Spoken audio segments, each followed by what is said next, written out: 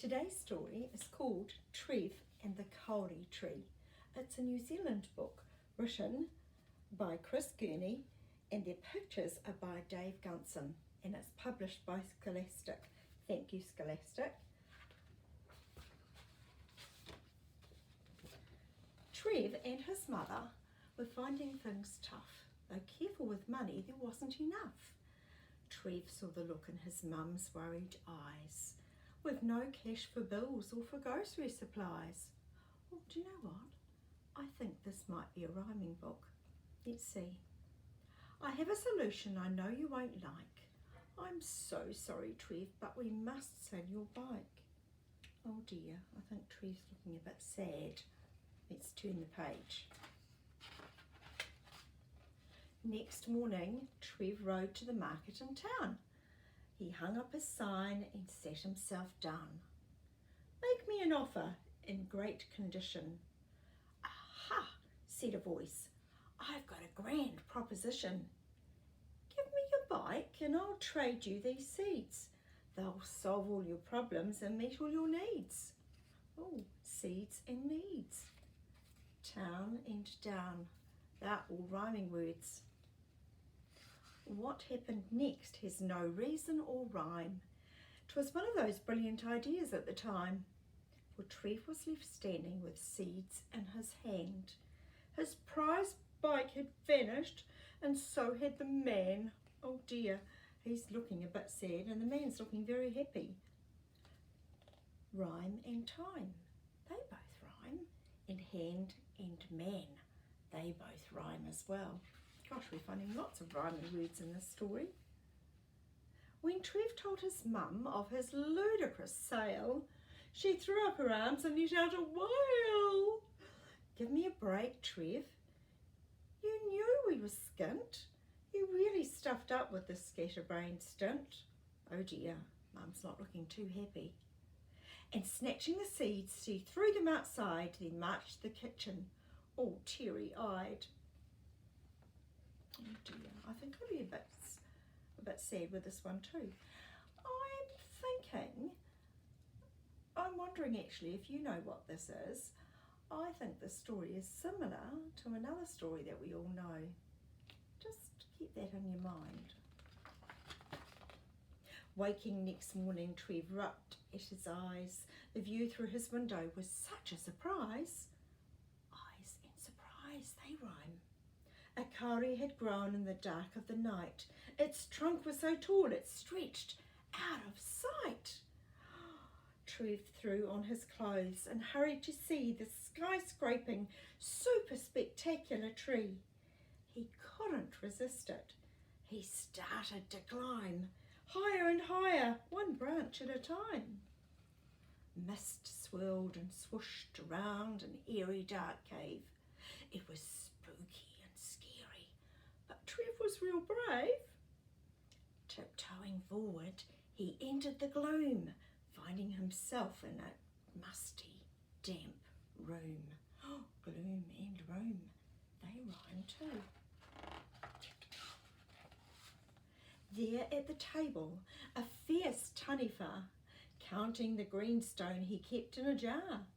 He suddenly stopped and sniffed at the air. Then in a terrible voice he declared, Yum, yum, what's that pong? Something here does not belong. Catch him, nibble him, bit by bit, fling him in the hanging pit.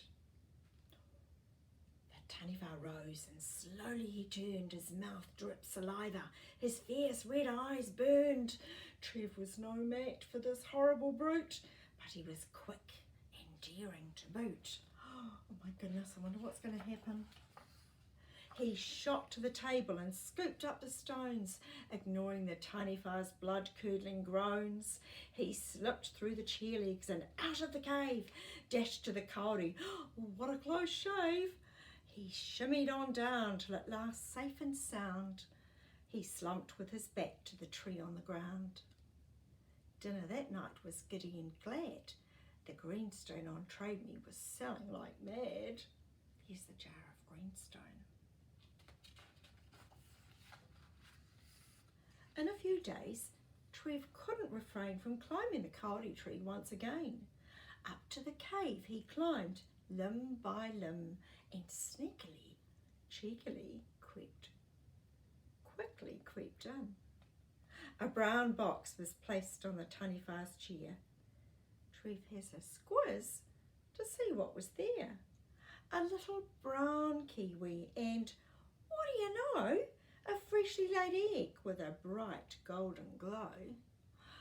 There then came a rumble in steps, thump, thump, thump, and an ear-piercing bellow, making Trev jump.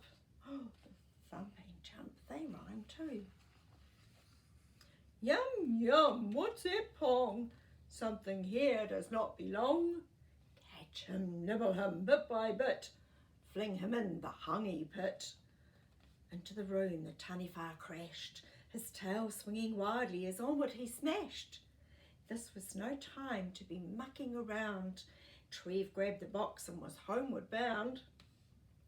Down the trunk of the kauri he slipped and slid, hitting the ground with an almighty skid.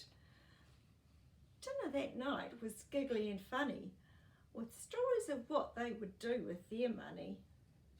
Look, Kiwi's down there having his dinner as well, and I can spy the golden egg.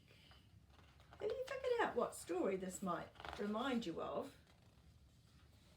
Trev should have known to quick while ahead, should have listened to Mum while she wisely said, "Leave it alone, Trev, we're I set up for life. Don't you go climbing and get into strife." But one day, while Mum was out shopping and such, the lure of the kauri proved way too much. He came to the cave, the door was ajar. From within came the sounds of a funky guitar. A chink went the catchy curse drum. When it came to guitars, this was second to none. Trev pushed the door open and peered into the room.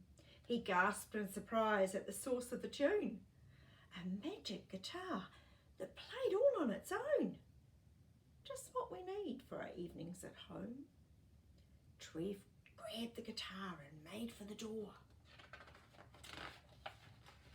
only to hear a murderous roar. Yum, yum, what's that pong? Something in here does not belong. Catch him, nibble him bit by bit, fling him in the hungy pit. The taniwha was now completely enraged, snorting and snarling as he rampaged. His tongue darted wildly, his sharp white teeth gnashed, as off to the treetop Trev madly dashed. On his back he could feel the taniwha's breath. Should have listened to Mum, thought Trev, scared to death. He knew his advantage was that he was small and could slide down the tree, no worries at all. No. Flinging himself at the kauri's long trunk, he slithered and slid till he landed, kaplunk. Up in the kauri the taniwha rumbled, as down through the branches he clumsily tumbled. Trev grabbed an axe and started to chop. Mum came out running, now home from the shop. "What the heck?" she exclaimed. Then with horror she spied the terrible beast on his rip-roaring slide.